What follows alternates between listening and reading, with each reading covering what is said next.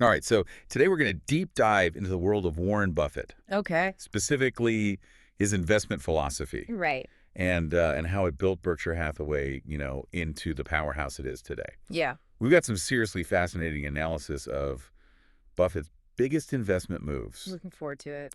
So let's just jump right in. Yeah. I think we hear a lot about Buffett being a value investor, Mm-hmm.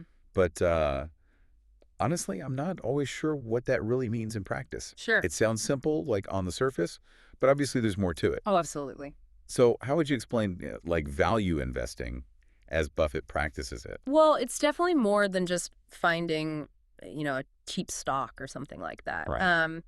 The way Buffett does it is about identifying companies that are trading for less than their intrinsic value. Okay. And that's the real key. Intrinsic value. Yeah. And, he's not looking for just a quick, buy it and then sell it a week later kind of thing. Yeah.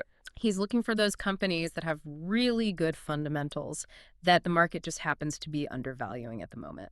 So how does he determine that intrinsic value? Right. Is there a secret formula or something? Well, he's actually famously said that, he can't put like a specific number on it. It's Right. more of like an estimated range. Okay. But there are some key metrics that he looks at. Yeah. And one of them is the price to earnings ratio. Oh, yeah. I've heard of that one. Yeah, which compares a company's stock price to its earnings per share. Mhm. So a low PE ratio Yeah. could be a signal that that company is undervalued.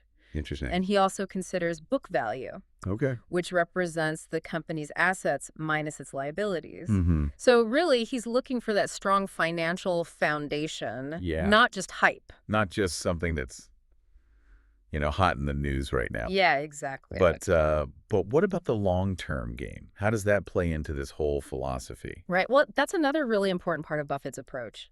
Okay. He's famously said that his favorite holding period is forever. Forever. Yeah. So he's not interested in, these short-term market fluctuations. Like the day traders. Right. Exactly. Just constantly buying and selling. Exactly. He invests in companies that he believes in for the really long haul, and he often holds on to them for years or even decades. Which is pretty different from a lot of people's approach to investing these days. Yeah. It's like he's going against the grain, tuning out all that noise. Yeah, that's a good way to put it. So what is he looking for when he looks at a company? Is it that durable competitive advantage?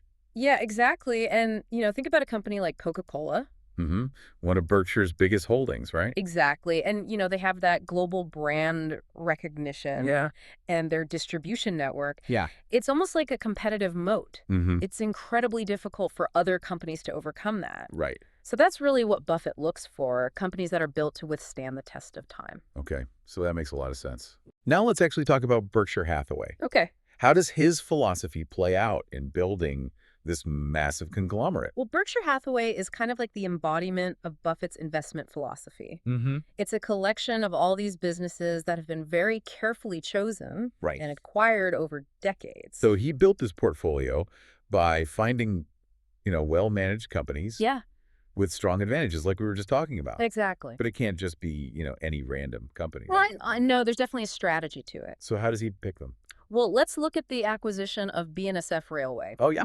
back in 2010. Huge deal. Yeah, it was massive. And it gave Berkshire Hathaway this dominant position in the railroad industry. Right. And this wasn't just about, buying a good company at a good price. It was about adding this really strategically important asset Okay. that could benefit other businesses. Within the portfolio. Exactly. Yeah. So BNSF transports goods for several other Berkshire subsidiaries. So it creates this really powerful synergy within the conglomerate. Like playing chess Yeah, while everyone else is playing checkers. right. So we can see how this all ties back to his core principles. Mhm.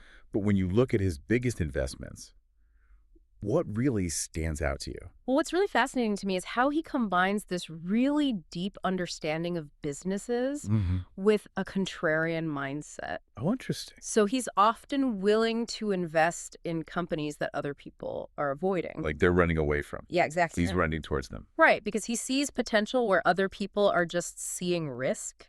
A Wow. really good example of that is his investment in American Express back in the 1960s Oh, yeah. during the salad oil scandal. I vaguely remember that. Yeah, so American Express was in a lot of trouble at that time. Right. But Buffett, he saw this fundamentally strong business Okay. that was just temporarily in trouble. Mm-hmm. And he made a very bold move, Yeah. and it paid off really well in the end. So it seems like there's a lot we can learn from how he approaches investing. Yeah. Um, the long-term focus, Hmm. the emphasis on intrinsic value, Absolutely. the strategic thinking. Yeah. But if you could ask him one question about his strategy, what would it be? Oh, that's a great question. Yeah. For me, I'd be really curious about how he sees his investment philosophy evolving, with all this new technology and Well, global trends. the world is changing really fast. Exactly. And I'd want to know how he's adapting his approach to stay ahead of the curve. That's something for everyone to think about. Yeah, All right. Well, great discussion today. We covered a lot about Warren Buffett, we did. from his core investment principles to the impact they've had on Berkshire Hathaway. Yeah. Hopefully, this deep dive gives you some food for thought and maybe inspires you to approach your own investments with a fresh perspective. I hope so too. All right. Thanks for joining us. Yeah, thanks for having me. See you next time.